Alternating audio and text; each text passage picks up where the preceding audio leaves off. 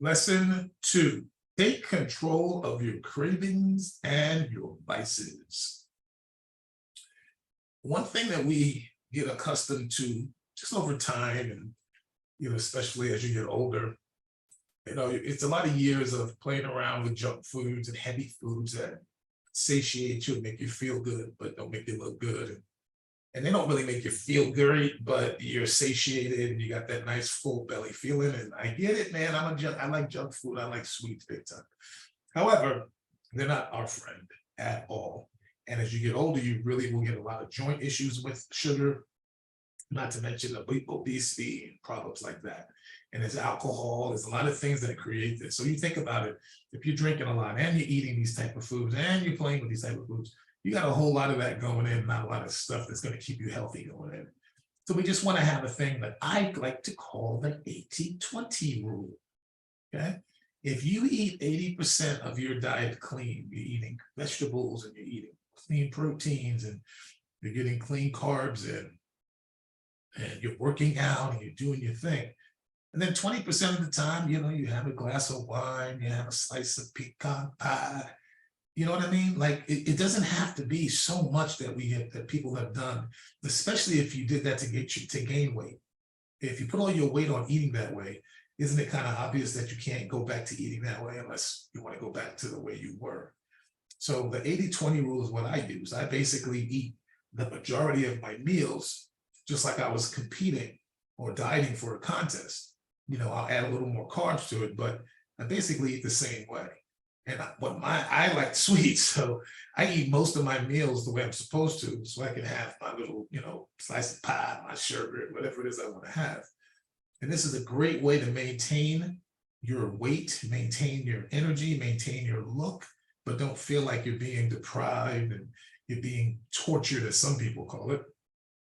I don't know why people think they're being tortured by eating clean, but people say it all the time. They don't want to sacrifice. I don't want to sacrifice killing myself, because that's basically what you're sacrificing. You're sacrificing getting sick. So I think the 80-20 rule has worked for me, and that's what I like a lot of my clients to do. And you basically live the rest of your life that way. Live your rest of your life on the 80-20 rule.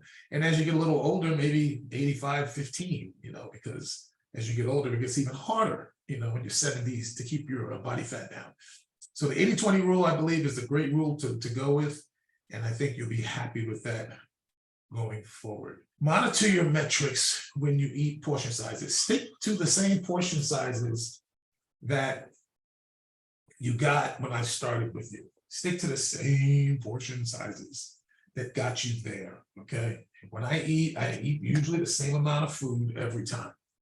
I eat, roughly 6 ounces of chicken. Now, I fluctuate mine, but for you, we're going to have you eating a certain way for quite a while.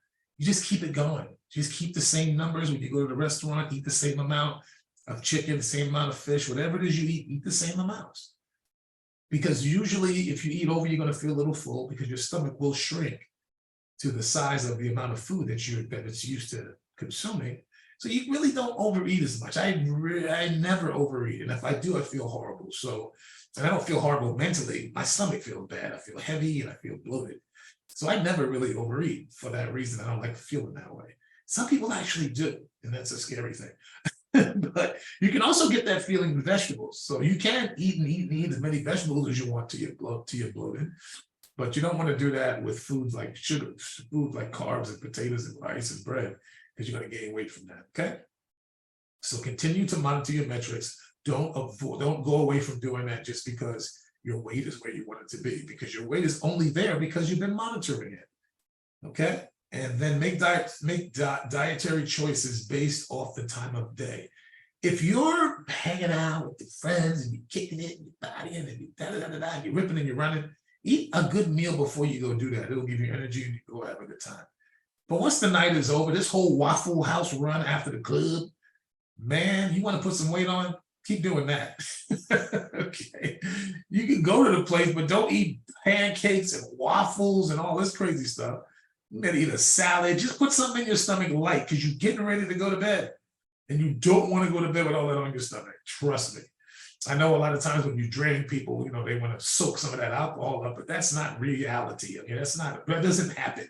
You don't eat bread and soak up that alcohol that you were drinking. It makes it's not, because bread breaks down the sugar, alcohol breaks down the sugar. You may not get nauseous from eating bread, but it sure ain't nothing that sops it up like it does you a favor. Okay, it doesn't do you any favors. So when you're late at night, getting ready to go to bed, you can't eat, but you want to stick to salads, chicken, protein, and veggies. That's it. If you stick with protein and veggies, you'll be fine when you eat late at night. You can eat that at 2 in the morning. You can wake up in the middle of the night and eat that. Bodybuilders do it all the time. So watch the time that you eat. In the morning is when you want to do your carb. You'll be doing that anyway. Remember, this is a maintenance phase, so you're going to already have your eating down by now. So you're just going to continue what you're doing. But what you will be doing is you will be having your carb earlier in your day. You'll start your carb, and later throughout the day, it'll just be fibrous carbs. Okay, and next lesson is lesson 3.